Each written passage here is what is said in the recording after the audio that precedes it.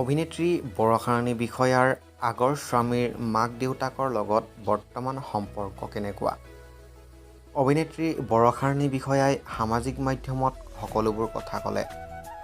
খবৰ লয় নে নলয় শহুৰ শাহুৱেকৰ? বন্ধু বান্ধৱীসকল, আপোনালোকে বৰষা ৰাণী বিষয়াৰ নিজ মুখেৰে শুনি লওক কি ক'লে।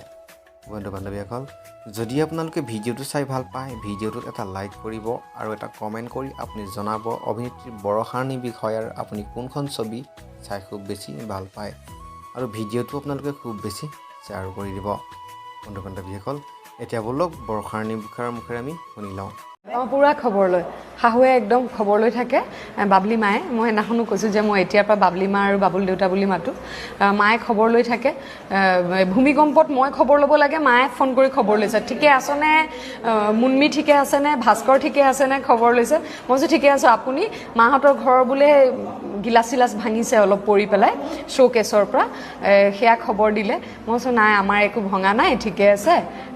খবৰ লৈ থাকে আৰু সেইদিনাখন বিহুতো গ'লো। মানে এতিয়া নিজৰ ছোৱালী তেওঁলোকে পুৰা ভাবি লৈছে যে মোৰ ছোৱালী আমি দি দিছোঁ। বহাগ বিহুত আমি দুয়ো গৈছোঁ, জীয়েক জোঁৱায়েক হিচাপে।